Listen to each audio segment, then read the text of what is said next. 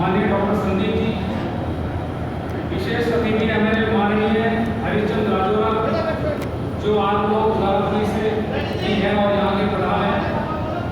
अतिथि वक्ता में हमारे माननीय नेत्राम बघेला जी जो सामाजिक चिंतक है वो हमारे बीच आ चुके हैं।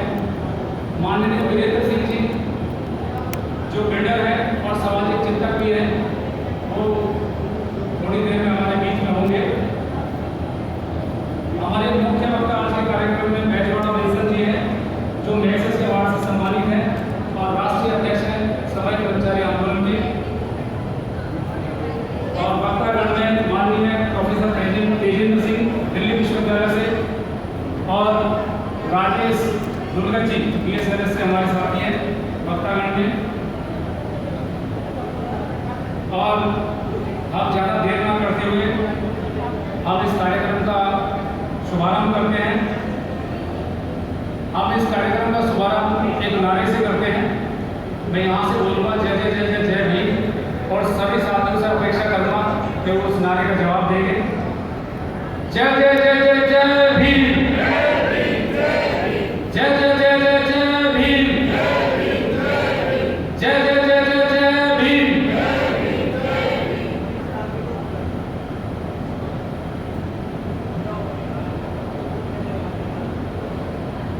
मैं अभी अगली कार्रवाई करने के लिए आमंत्रित कर रहा हूँ हमारे साथी राजेश कुमार दुर्गत जी को कि वो आए मंच पर और आगे की कार्रवाई को शुरू करें। राजेश जी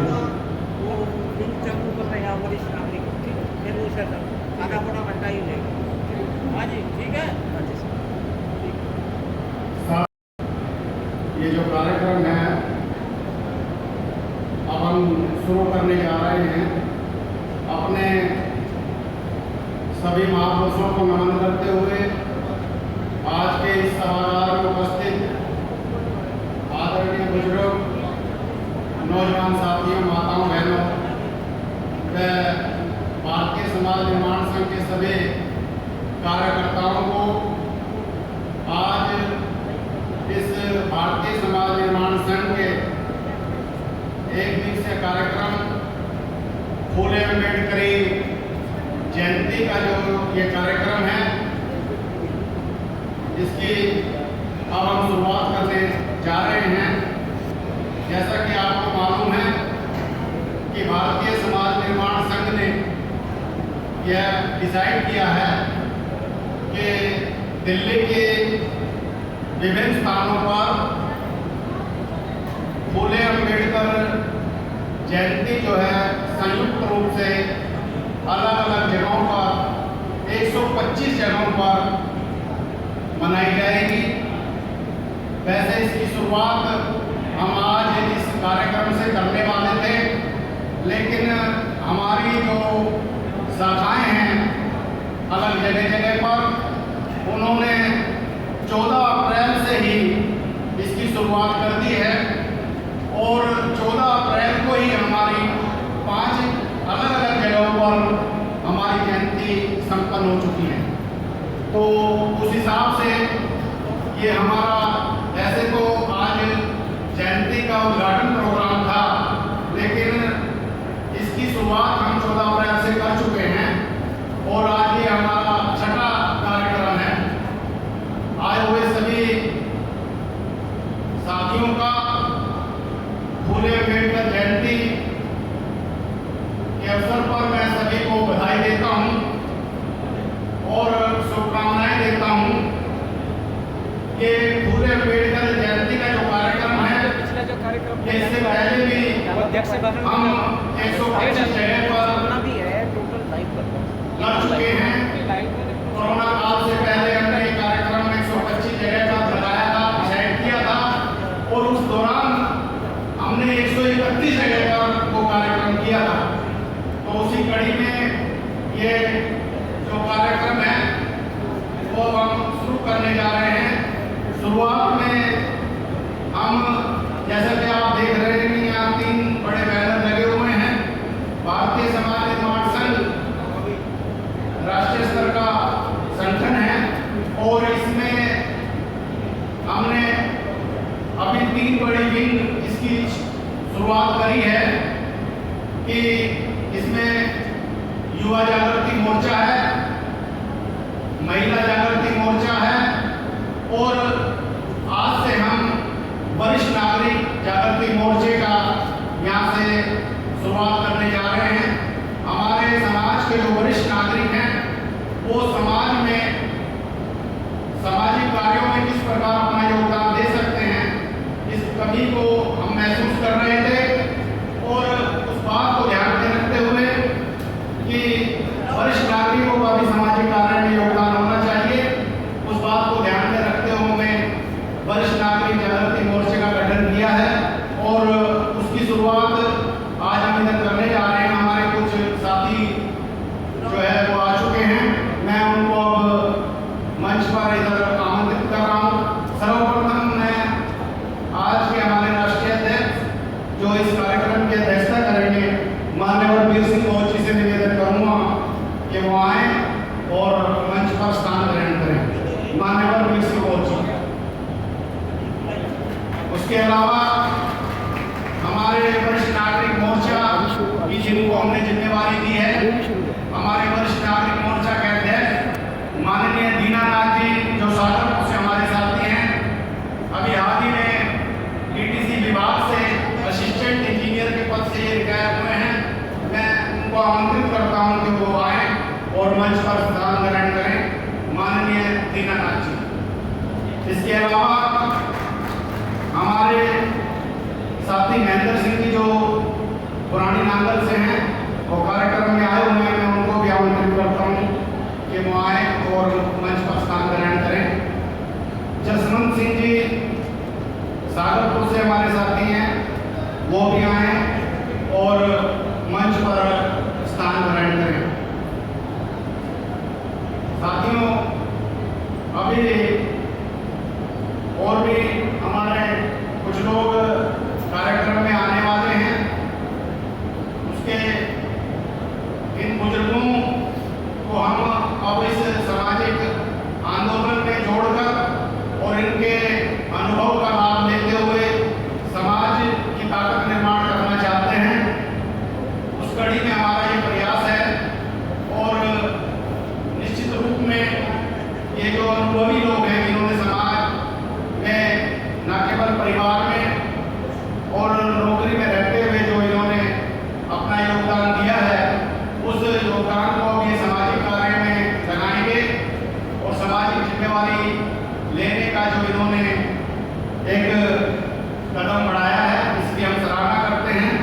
साथियों, भारतीय समाज निर्माण संघ जैसे कि आपको पता है ये पूरे मूल निवासी बहुजन समाज का संगठन है। इसमें SC, ST, OBC और कन्वर्टेड जो मूल निवासी समाज के लोग हैं, धर्म परिवर्तित, ये सभी का संगठन है और ये जो 90% लोग हैं ये सभी पिछड़े वर्ग के लोग हैं। भारत के इतिहास में दो तरह के वर्ग, दो तरह की संस्कृति देखने को मिलती है। एक सवर्ण लोग हैं जिनकी संख्या 10% है, वो अगले वर्ग में आते हैं और एक अवर्ण लोग हैं जो पिछड़े वर्ग के लोग हैं जिनकी संख्या 90% है। ये दो तरह के लोग और दो तरह की संस्कृति के मानने वाले लोग हैं, बिल्कुल अलग। और इन दो संस्कृतियों के लोगों की लड़ाई लंबे समय से इस देश में चल रही है। जो 10% आर्य ब्राह्मणी संस्कृति के मानने वाले लोग हैं, आश्रम संस्कृति के लोग हैं। आश्रम मतलब जो श्रम नहीं करते हैं,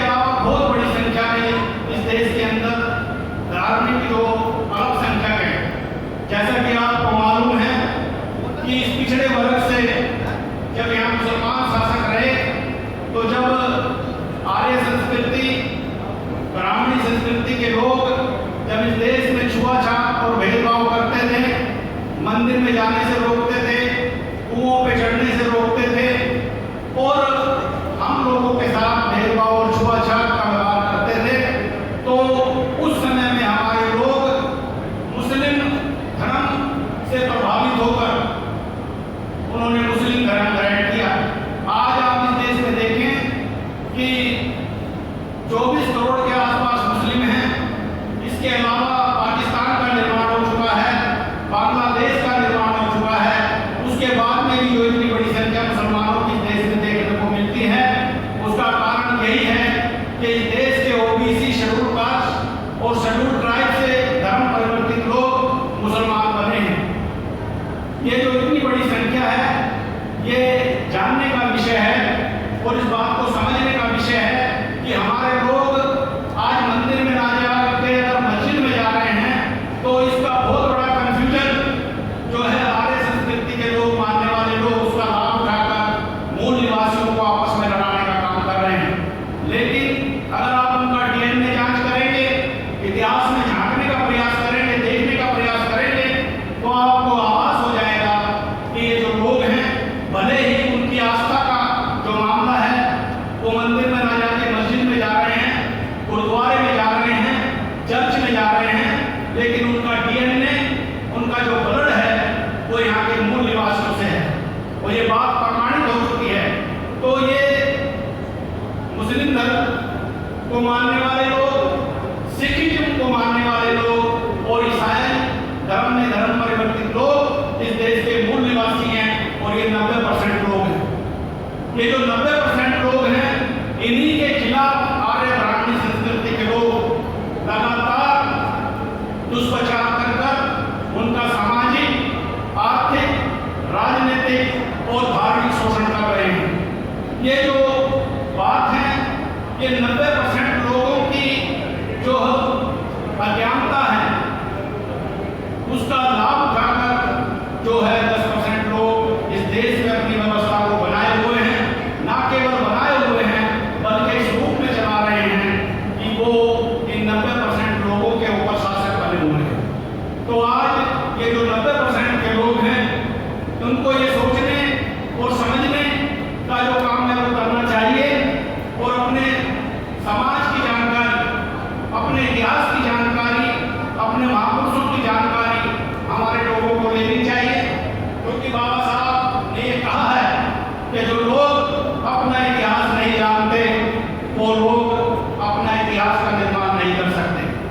तो साथियों, ये बड़े स्तर पर देखा गया है कि हमारे लोग बड़े बड़े अधिकारी तो बन जाते हैं, डॉक्टर, इंजीनियर, वकील, प्रोफेसर बन जाते हैं, लेकिन समाज के बारे में, अपने इतिहास के बारे में, अपने महापुरुषों के बारे में जिस तरह की जानकारी उनको होनी चाहिए वो नहीं होती। ये जो एक कमी है, इस कमी को हमें दूर करना है और उसको दूर करके दुरुस्त करना है और दुरुस्त करके इस देश में जो 90% लोग हैं उनको शासक और प्रशासक बनना है।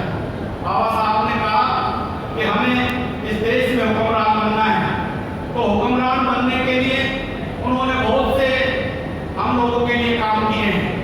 जैसे इस देश के अंदर जो उनकी प्रथम लड़ाई थी, आपने देखा होगा कि पीने के पानी से उन्होंने अपने आंदोलन की शुरुआत की है।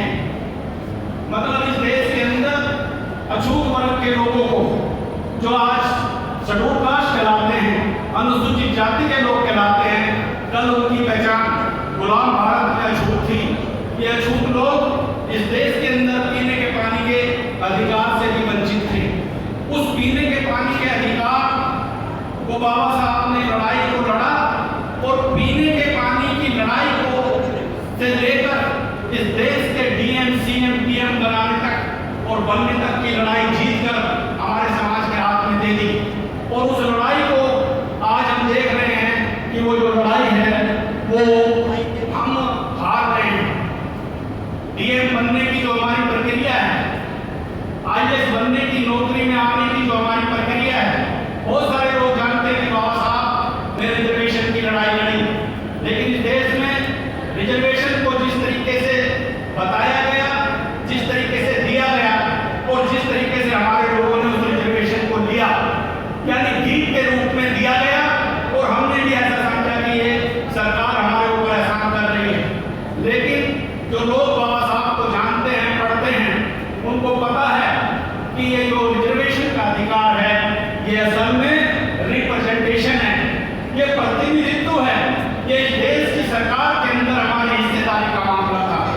और ये लड़ाई हमने अंग्रेजों के सामने लड़ी, अंग्रेजों से ली, लेकिन गुलाम भारत में जिस लड़ाई को हम जीत गए, आजाद भारत में वो लड़ाई हम हार रहे हैं। आज हमारे लोग सरकारी रिप्रेजेंटेशन से, सरकारी रिजर्वेशन से बाहर चले जा रहे हैं। नौकरियों से बाहर करना, हमें सरकार से बाहर करना है। और अगर ये काम हम लोग करते हैं, अगर हम सरकार के हिस्सेदारी से बाहर होते हैं, तो आप अंदाजा लगाइए कि आपकी स्थिति क्या होने वाली है। नौकरी के दम पर हम लोग सरकार के हिस्सेदार बने, बड़े बड़े अधिकारी बने, और उन अधिकारों के बल पर समाज में न केवल हमें आर्थिक लाभ हुआ, हमारा सोशल स्टेटस बढ़ा, और सोशल स्टेटस के दम पर हमारा आत्मसम्मान बढ़ा, और आत्मसम्मान के दम पर ये लड़ाई हम लड़ रहे थे। उस लड़ाई को छीनने का काम, उसको कुंद करने का काम, उसको बंद करने का काम आज शासक जाति के लोग कर रहे हैं, और समाज मुंह दर्शक बना हुआ है। तो आज के इस कार्यक्रम के माध्यम से ये जो लड़ाई है, इसको हम न केवल समझेंगे, बल्कि समझाने के लिए अपने आप को तैयार करेंगे। क्योंकि हमारी जो सबसे बेसिक समस्या है, वो इस देश के अंदर जानकारी की है। जो 10% लोग आज जानकार हैं, वो शासक बने हुए हैं, और 90% के लोग जो कि जानकार नहीं हैं, वो गुलाम बने हुए हैं। केवल इतनी बात है। अगर हम लोग अपने इतिहास को जानने का काम करें, और अपने महापुरुषों को जानकर और मानकर इस काम को आगे बढ़ाने का काम करें, तो हम इस देश के शासक बन सकते हैं। और आज इस फूले अम्बेडकर जयंती के अवसर पर जो विषय हमने डिजाइन किया है, वो ये है कि राष्ट्रपिता फूले जी की पुस्तक गुलामगिरी और राष्ट्रमाता बाबा साहब डॉक्टर अम्बेडकर जी की पुस्तक जाति का विनाश, ये पुस्तक उन्होंने इंग्लिश में लिखी। ये उसका हिंदी जो है अनुवाद है, एनालिसिस ऑफ कास्ट का हिंदी अनुवाद है। वो पढ़कर व जानकर तथा संविधान में लोकतंत्र के आधार पर मूल निवासी बहुजन समाज का निर्माण करके ही हम अपनी सभी समस्याओं का समाधान कर सकते हैं। साथियों, ये दोनों पुस्तक रिमार्केबल पुस्तक हैं, और हमारे दो महापुरुषों ने लिखी। इन पुस्तकों के माध्यम से जहाँ फूले जी ने हमारी पहचान निश्चित कर दी कि हम लोग हिंदू नहीं हैं, हम आर्य संस्कृति के मानने वाले लोग नहीं हैं, हम मूल निवासी लोग हैं। ऐसी पहचान फूले जी ने उसमें बताई, और हमारे इतिहास से हमारे को परिचित कराया। दूसरी, ये जो पुस्तक है गुलामगिरी, ये ब्राह्मणवाद का पर्दाफाश करती है। जितनी भी मूर्ति पूजा, ढोंग, आडंबर और पाखंड इस देश के अंदर फैलाया गया, और इंसानी ताकत को जीरो कर केवल काल्पनिक भाग्य भगवानों के भरोसे इस समाज को छोड़ दिया गया, उसकी कड़ी आलोचना फूले जी इस किताब में कर रहे हैं। दूसरी जो किताब है एनालिसिस ऑफ कास्ट, इसमें जाति और हमारे इतिहास के बारे में बाबा साहब ने बड़े विस्तार से हम लोगों को समझाने का काम किया है कि जातियां जो हैं, ये हमारे विनाश का कारण है। एक तरफ फूले जी ब्राह्मणवाद को हमारे विनाश का कारण मानते हैं, तो आगे बढ़कर बाबा साहब जातियों को हमारे विनाश का कारण मानते हैं। वो ये कह रहे हैं कि जब तक इस देश में जाति व्यवस्था रहेगी, तब तक हम लोग कभी भी एक समाज का निर्माण नहीं कर सकते, और जब तक हम एक समाज का निर्माण नहीं करेंगे, तब तक हम इस देश में शक्ति का निर्माण नहीं कर सकते, और यदि हम शक्ति का निर्माण नहीं कर सकते, तो हम शासक नहीं बन सकते। तो साथियों, आज इन विषयों पर हम लोग जो है इधर चर्चा होगी। सर्वप्रथम हम अपने वरिष्ठ नागरिकों का इधर सम्मान करेंगे, उसके बाद में इन विषयों पर हमारे विद्वान साथी बारी बारी से अपनी बात रखेंगे। तो मैं इस कड़ी में अब अपने साथी माननीय संदीप जी को आमंत्रित कर रहा हूँ कि वो कार्यक्रम को आगे बढ़ाएं। माननीय संदीप जी।